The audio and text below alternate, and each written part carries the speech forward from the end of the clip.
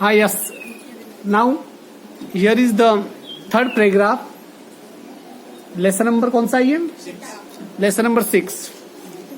We were studying about the good and bad book, good literature and bad literature.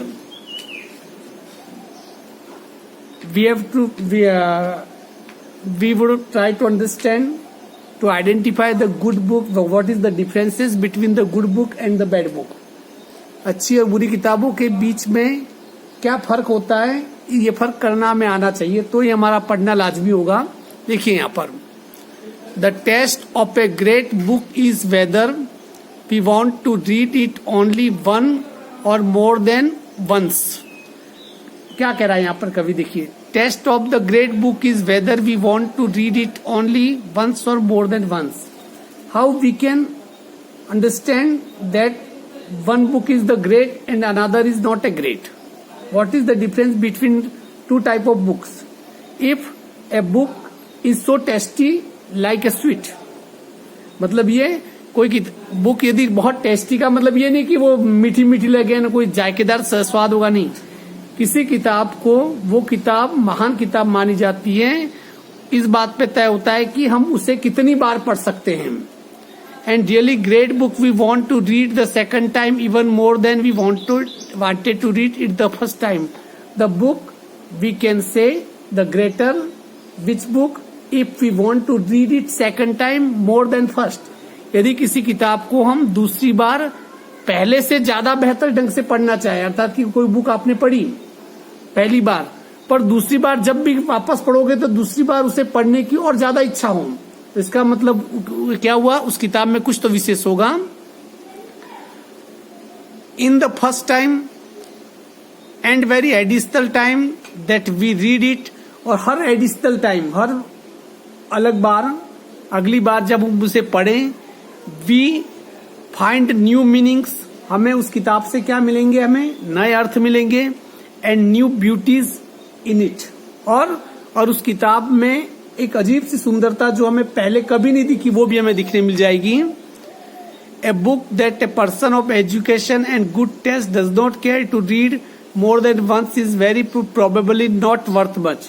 और जो किताब, जिस किताब को हमें दूसरी बार पढ़ने की हमें इच्छा यदि पैदा नहीं हो तो समझ लीजिए कि वो किताब कोई विशेष काम की है नहीं. But we can not consider the judgment of a single individual infallible. परंतु किसी किताब के बारे में किसी व्यक्ति का सिंगल जजमेंट, कोई एक व्यक्ति कह दे कि ये किताब खराब है या कोई एक व्यक्ति कह दे कि ये किताब अच्छी है, तो एक व्यक्ति के सिंगल जजमेंट से, एक व्यक्ति के कहने से न तो कोई किताब अच्छी हो सकती है न कोई किताब खराब हो सकती है. The opinion that makes a book great must be the opinion of many.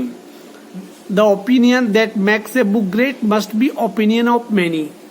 एक किताब महान तभी बनती है जब उस किताब के बारे में, जब किसी एक व्यक्ति की कोई राय है, बेसिक वैसी राय बहुत सारे लोगों की हो, तब उस किताब को क्या कहा जा सकता है, महान कहा जा सकता है. For even the greatest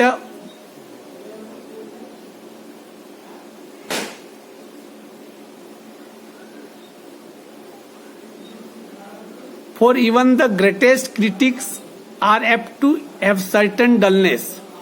apt का मतलब प्रवृत्त होना. देखिए कई बार क्या होते हैं कि जो क्रिटिक का मतलब आलोचक, जो किताबों की आलोचना करते, जो किसी भी किताब को बहुत ही डीपली जाके पढ़ते हैं. For even the greatest critic are apt to have certain dullness. Dullness का मतलब बुद्धिहीनता. कुछ ऐसे भी आलोचक होते हैं जो बुद्धिहीनता से ग्रस्त होते हैं, पूर्वाग्रह से ग्रस्त होते हैं. कैसे? Carlyle for example could not endure Browning. Carlyle नाम का जो समालोचक था वो कभी भी ब्राउनिंग, जो बहुत महान लेखक था, उसके बारे में कभी अच्छा नहीं लिख पाया. Byron could not endure some of the greatest of English poet. और बायरन जो समालोचक था, क्रिटिक्स था, वो अंग्रेजी जो अच्छे लेखक के उनको कभी पचा नहीं पाता था. मतलब कि कई बार समालोचक के मन में किसी कवि विशेष के प्रति ग्रंथि बन जाती है, अर्थात कि वो कितना भी अच्छा लिखे उसकी नजर में वो अच्छा होता भी नहीं है. A man must be many sided to utter trustworthy. Trustworthy का मतलब होता है विश्वसनीय. A man must be many sided to utter a trustworthy estimate of many books. इसका मतलब ये होता है कि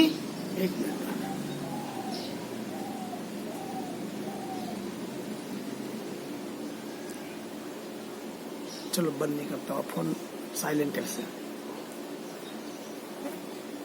कहाँ गया? A man must be many sided to utter a trustworthy estimate of many books. एक व्यक्ति यदि किसी किताब के बारे में यदि कोई राय रखता है तो इसका मतलब ये कि उसकी कोई आलोचना करता है तो इसका मतलब ये हुआ कि उसे उस चीज का, कई किताबों का प्रकांड पंडित होना पड़ेगा। Which has been admired and praised by 100 of years. और देखिए कोई भी किताब होती है, कोई भी अच्छी किताब होती है, वो हजारों साल, सैकड़ों सालों की प्रशंसा के बाद निकलती है। यदि कोई किताब महान है तो महान क्यों है? देखिए कह रहा है, we may be sure that by trying by studying it carefully we shall at least be able to feel the reason of this admiration and praise.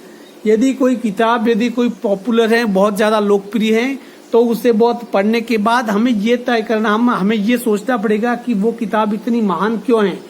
आज युग युग बीत गए फिर भी रामायण महान है, बाइबिल, कुरान, ये सभी किताबें ये महान क्यों हैं, उसके बारे में हमें सोचना पड़ेगा।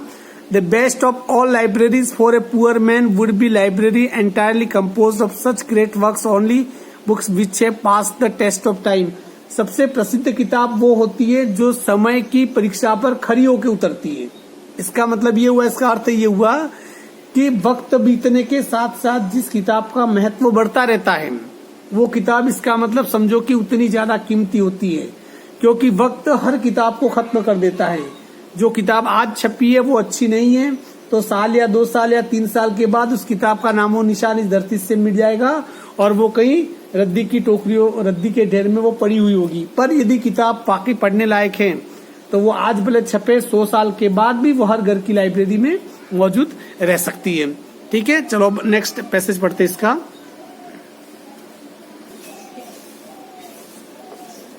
This then would be the most important guide for us in the choice of reading।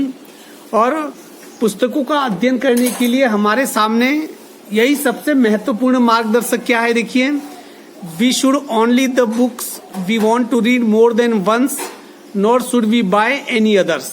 अर्थात कि हमें वो किताबें कभी भी नहीं खरीदनी चाहिए जिन किताबों को हम एक से अधिक बार पढ़ना नहीं चाहते हो। अर्थात कि जिन किताबों को हम एक से अधिक बार पढ़ना चाहते हैं हमें उन्हीं किताबों को खरीदना चाहिए। Unless we have some special reason for so investing money. नहीं तो जब तक हमारे पास पैसा खर्च करने के लिए कोई दूसरी बहाना नहीं हो तब तक हमें सिर्फ वही किताबें खरीदनी चाहिए जिससे कि हम एक से ज्यादा बार पढ़ सकें।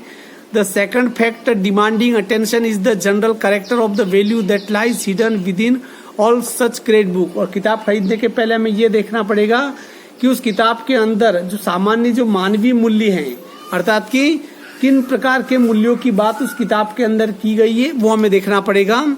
दे नेवर बिकम ओल्ड। और कुछ ऐसी चीजें होती हैं वो कभी भी पूरा खत्म नहीं होती है, बुरी नहीं होती है। जैसे किसी रामायण में यदि कहा गया है तो रामायण में एक पिता का बेटे के प्रति कर्तव्य, बेटे का पिता के प्रति कर्तव्य, मर्यादा पुरुषोत्तम, सत्य, अहिंसा वगैरह वगैरह, अपनी बातों पर अड़िग रहना, ये सभी मानवीय मूल्य उसमें लिखे गए। इसलिए आज भी रामायण प्रसिद्ध किताबें। They never become old, their youth is immortal. और ऐसी किताबों के अंदर जो सच्चाई होती है वो हमेशा अजर होती है।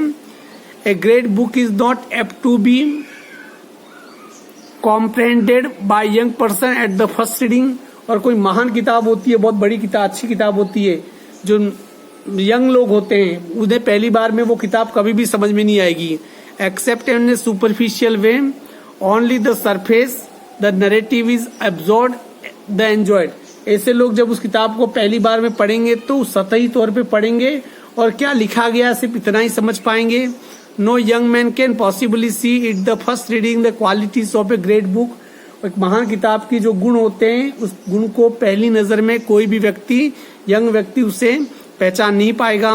Remember that it has taken humanity and many cases 100 of years to find out all that there in the such a book. हमेशा ये ध्यान रखना चाहिए कि ऐसी महान किताबों के अंदर का जो अर्थ है उस अर्थ को बाहर निकालने के लिए पीढ़ियों को कई 100 साल लग गए। इसलिए ऐसी किताबों को एक बार में नहीं समझा जा सकता है। But according to a man's experience of life, पर अपने जीवन के अनुभवों के बाद the text will unfold new meaning to him. तो उस किताब के अंदर जो टेक्स्ट है, जो शब्द हैं, जीवन के नए अर्थों को खोलेंगे। The book that dilated us at the 18, वो किताब जो हमें 18 साल की उम्र में प्रसन्न करें। If it be a good book will delight us much more at 25, तो वही किताब यदि 25 साल की उम्र में हमें और ज्यादा प्रसन्न करेगी। And it will prove like a new book to use the 30 years of age, और इस किताब को यदि 30 साल की उम्र में हम पढ़ें तो हमारे लिए वो किताब क्या होगी, एक बिल्कुल नई किताब की तरह सामने आएगी। At 40 we shall read it, और 40 साल की उम्र के बाद एक बार फिर उस किताब को हम पढ़ेंगे। वंडरिंग व्हाई वी नेवर सा how beautiful it was before, और 40 साल की उम्र में चौथी बार पढ़ने के बाद भी आपको लगेगा कि यार इस किताब में ये अर्थ उसे पहले पता क्यों नहीं चले। एट 50 और 60 years of age the same fact will repeat themselves, और 50 या 60 साल की उम्र में वह किताब आपके लिए फिर नए अर्थ लेकर आएगी। A great book grows exactly in the proportion to the growth of the readers mind, अर्थात कि कोई भी महान किताब अपने साथ साथ व्यक्ति जब बूढ़ा होता रहता है, उम्र उसकी बढ़ती रहती है, तो उस उम्र के साथ साथ उसके मस्तिष्क में वो किताब भी क्या होती है, और बड़ी होती रहती है, विकास करती रहती है।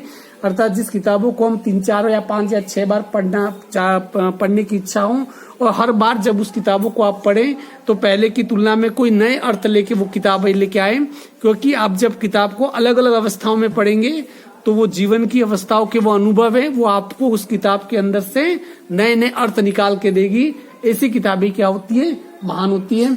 इसमें प्रश्न पूछ सकता है, describe what is the which book we can say great book, किस किताब को हम बहुत महान किताब कह सकते हैं। चलिए इसके क्वेश्चनों के बारे में कल अपन थोड़े डिस्कस करेंगे, और किस प्रकार से क्वेश्चन आंसर लिखे जाए हम उसकी कल हम बात करेंगे, ठीक है ना। चलिए।